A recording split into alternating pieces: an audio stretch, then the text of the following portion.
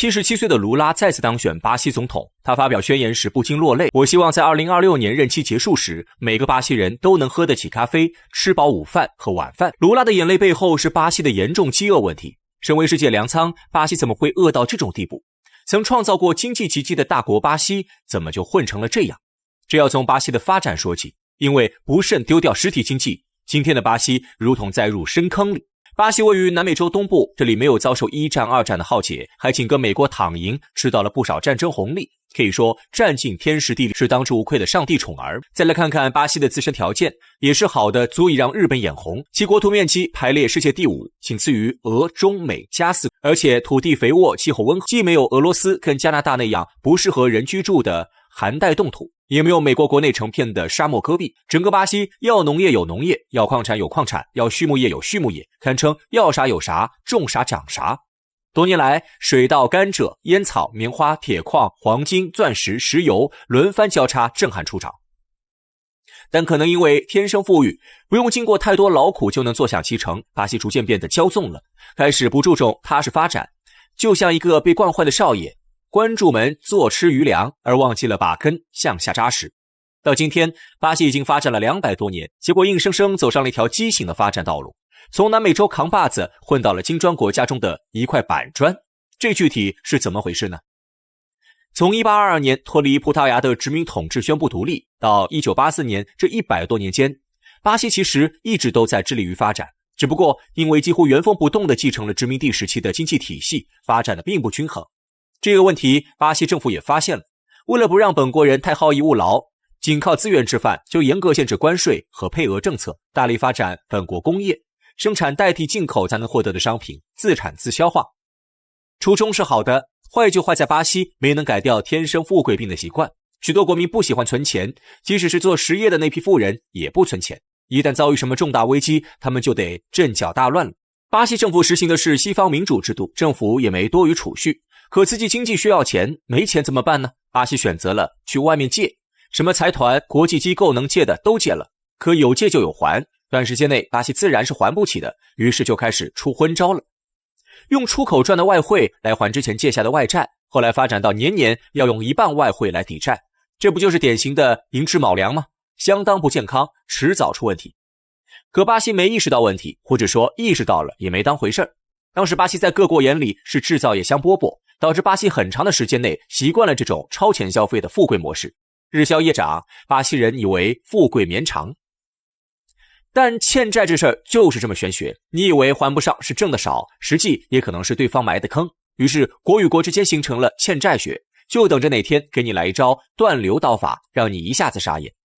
这是巴西经济埋下的第一个祸患，属于产业顺拐现象之一，且不容易纠正。第二个顺拐现象是工业结构不平衡。巴西很早就开始大搞基础建设了，在1战2战期间，各大国纷纷参战，打得战火纷飞之时，远离纷争的巴西正热火朝天地大建工业企业。1战期间，巴西工业产量增加1倍，到1920年，全巴西一共建起了13万多家工业企业。2战前后更是超前实现工业增长，至1955年，工业的产值已经占到 GDP 的1/4。此时的巴西依旧延续了之前的富户习惯，倡导民主和自由地搞实业。来看看当时最为瞩目的造船、航空和铁路3大工业。其中造船业没有问题，到1970年，巴西已是世界第2大造船大国，鼎盛时一年造船量达 72.9 万吨，所能提供的岗位达4万个，间接就业人数也近10万人，遥遥领先世界。航空业发展的也不错，1969年，亚洲许多国家还在贫困线上挣扎呢，巴西已率先成立航空工业公司。很多人可能会记得2012年成龙花2亿买的私人飞机，那就是巴西生产的。发生问题的是铁路事业，因为巴西政府早通过了产业私人化，而且倡导自由发展，因此许多铁路都是私人企业建造，而他们在建造时所用的规格和等级都不一样。各大企业建造的铁路大多都是通往产业园或各自的港口，不是为了国家的统一物流调度而建设，这导致 A 铁路与 B 铁路很可能对不上接口，从根本上也不能实现产业一体化。归根结底，发展的太自由了。修铁路是大事儿，巴西政府应该全局考量，长远打算，比如在主要交通方面做到统筹调度，强化风险意识，以方便大企业和小企业同时以互济互利方式存活。巴西政府在这一点上也是顺拐，客观易推动，主观却难为，只能顺应阶段，听之由之。所以说，巴西的一大问题就是发展了，但没正确发展。第三个重拐点是轻重工业化失衡。巴西的轻工业相对较薄弱，比如纺织业，巴西在最鼎盛时就业人数也不过10多万。巴西忽略了在重工业初步实现之后，就必须通过市场经济来发展轻工业，以实现相互依存和制约，而巴西就错失了升级换代的良机。很快，国际经济风暴给巴西来了一次釜底抽薪。1984年，巴西制造业的增加值在其 GDP 中占比达到历史新高，为 30.9%。表面看起来依旧欣欣向荣，但仅仅3年后，巴西就陷入了前所未有的经济窘境。因为国际出口物资价格各种大跳水，巴西卖出去的东西赚不回原来那么多外汇了。巴西政府无奈之下，只好宣布停止偿还各国际债主的利息。面对债主的咄咄逼人，巴西痛定思痛，做了一件很折本的事儿，卖了航空工业公司。注意，这个时候开始，巴西的实体工业就开始要逐步丢掉了。巴西在这个时候又做了第二步关键性绝路，全面对外开放，发展消费型经济。就这么着，巴西的第三产业发展了起来。看到这里，可能有朋友有2个疑问：一是21世纪初，许多西方国家都争先恐后的转型第三产业，巴西跟上有错吗？二是照巴西一贯奢侈浪费的习惯，攒家底创实业后再谈转型，不是更好吗？这2个问题算是问到巴西心坎里了。先回答第一个问题，巴西的第三产业转型有点早，还没有建立真正稳固的工业体系就着急去工业化，一味的发展第三产业，结果最终第三产业也被迫套牢。从1987年到2017年，巴西大力发展非物质生产的第三产业，如金融业、服务业，并削弱国内实体制造业，致使制造业大部分停留在基础的行业范围，比如咖啡、肉类和蔗糖类出口等。这些行业在整个世界范围都竞争激烈，而在其基础上的轻工业本就薄弱，更别提起飞了。2018年世界500强企业名单里，巴西上榜7家企业，其中有3家都是第三产业，剩下4家里1家是轻工业，其余是做石油、天然气、采矿业的，都是重工业。众所周知，当今世界的产业竞争根本要归因在实业，比如美、德、英、日，还有中国，都是制造业大国。而和巴西一样制造业下滑的，典型的就有俄罗斯、乌克兰以及阿根廷。巴西没有按照先基础后轻工再重工的完整逻辑来，本来自身资源属于得天独厚，位置也独一无二，可是因为路径选择的问题，却再现新困境。巴西的第三产业提前起飞后，在中间人为的制造了经济黑洞。再回答第2个问题，巴西为啥不攒家底再转型？很重要的一点就是没完全改掉之前的自由习性。在巴西政府决定搞去工业化的时候，大厂富士康就去了巴西投建，谁知不久后富士康就大感受挫，原因简单，机器再多也抵不过工人懒。原来巴西人上了一段时间的班，认为做工人无聊又劳累，关键还赚不了那么多的钱。恰好此时巴西政府还搞了非常优厚的全民高福利政策，大家就更不想上班了。巴西的实体业由此进一步衰弱。当下巴西面临的一个困境还有，许多人就想吃低保福利，怎么让他们走出困境，不再欠债？关于这个问题，我们可以从3个方面窥视其究竟。一，如今巴西的咖啡和铁矿出口量都很高，但钱都让资本家赚了，再不然就是中间的贸易商人。因为巴西的自由制度，巴西底层阶级几乎捞不着利润，但政府却束手无策。2，对照日本国家，日本安置主要产业如轻纺业工人的方法是允许绝大部分的家庭私人作坊存在，让他们有工可务。这种类似的制度极其有效，是周转一个社会经济的必备步骤。但巴西政府开始就低估了轻纺业，大部分轻工业都没有建设好，也就没法安排这么多人。3，当然还有能解决就业问题的劳动力蓄水池第三产业，但在巴西的现有运转体制下，一定会有一部分劳动力被剩下来。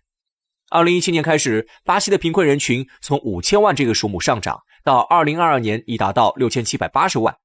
这还是大力扶贫、削减掉部分人群困难的情况下，其中有一些极端贫困人群，至今竟连饭都吃不饱。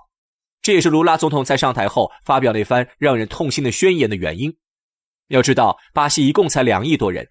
昔日天之骄子，今朝落入困境。作为反面发展例子的巴西，未来3年不知能否摆脱积重难返，我们只能拭目以待。莫迪刚妥协，转头却发现中印身份已不同。印方，我方是金砖创始国，最近印度政府突然开始重视起了金砖国家，不仅积极地参加了在22号举办的金砖峰会，甚至还主动地和我国缓和了关系。但尴尬的是，想要融入金砖国家的印度必须要接受一个冰冷的现实，那就是在金砖国家内，我国和印度所扮演的身份是全然不同的。但同时这也让人发起了疑问，之前对金砖组织爱答不理的印度为什么突然吃起了回头草呢？其实印度之所以在之前消极地对待金砖国家这些组织，有一个至关重要的原因，那就是莫迪的大国梦。在当时的莫迪眼里，印度最好实现大国梦的方法就是成为联合国的常任理事国之一。因此你能看到在莫迪之前的4年任期里，他不止一次地向联合国提交想要成为5常之一的提案。但尴尬的是，印度数次入常的计划最终都以失败而告终。一直到了最近，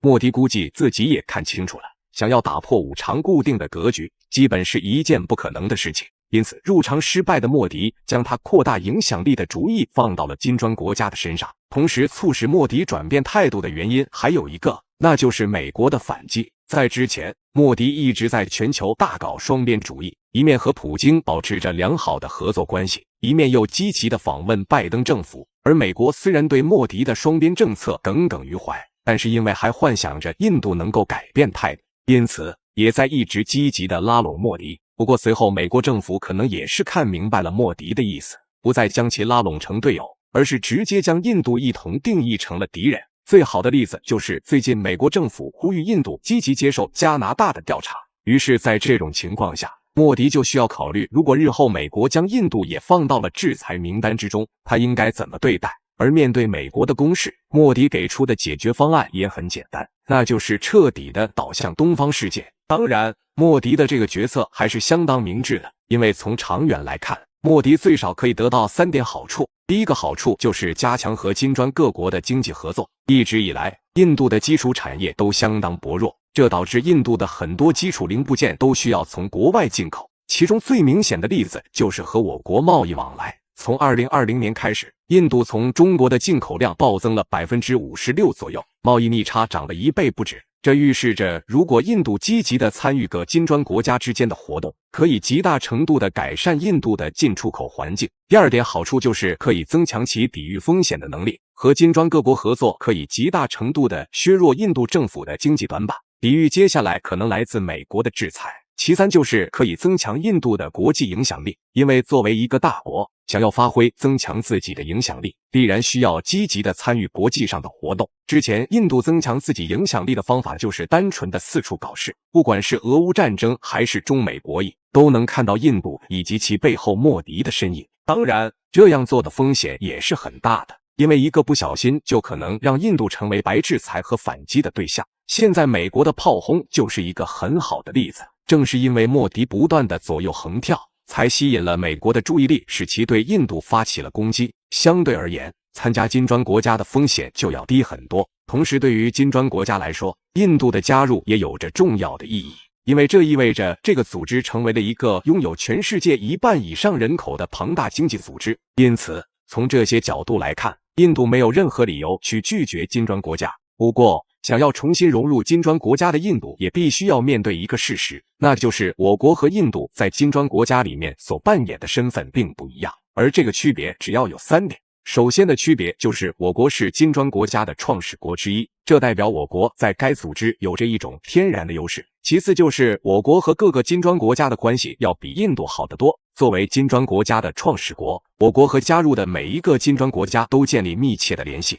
而印度不仅和这些国家没有太多的合作，反而还得罪了不少国家，其中的巴基斯坦更是和印度的关系弄得特别僵。而最后一点区别就是我国的经济市场活力远比印度要强，从各种基础零部件到各种高新科技产品，我国都能直接的落实生产。同时，我国还具备极其强大的建设能力，这些优势都让金砖国家更加希望和我国建立亲密的合作关系，而这也是印度想要融入金砖国家所要迈出的第一步。莫迪以及其背后的印度政府必须要放下自己那不切实际的大国梦，只有印度放下一贯主张的对抗主义精神，双方才能迎来合作的机会。当然，在美国对其释放一系列制裁信号的现在，印度继续推行以前的扩张主义的话，只会让印度在亚洲沦为孤家寡人的境地。而且从另外一个角度来说，印度的态度也表明了其放弃继续和西方保持关系的政策。实际上，印度想要崛起的梦想和美国的国策本质上是冲突的。美国不会允许任何一个国家挑战它的地位，现在只不过美国有更加要紧的对手需要处理。一旦美国腾出手来，那么印度也会成为其攻击的对象。而且就算是美国不制裁美国，西方的衰落也是不可改变的事实了。现在全球的经济中心都在巧妙地发生变化，日后以金砖国家为中心的经济体将会出现在历史的舞台上，并扮演一个重要的角色。而作为各个金砖国家，自然也能在这种时代的潮流中找到属于自己的身份与角色。当然，以现在来看，中印之间的关系还是存在着不少不稳定的因素。接下来，中印关系能不能持续健康的发展，就全看莫迪能不能坚持住自己的外交态度。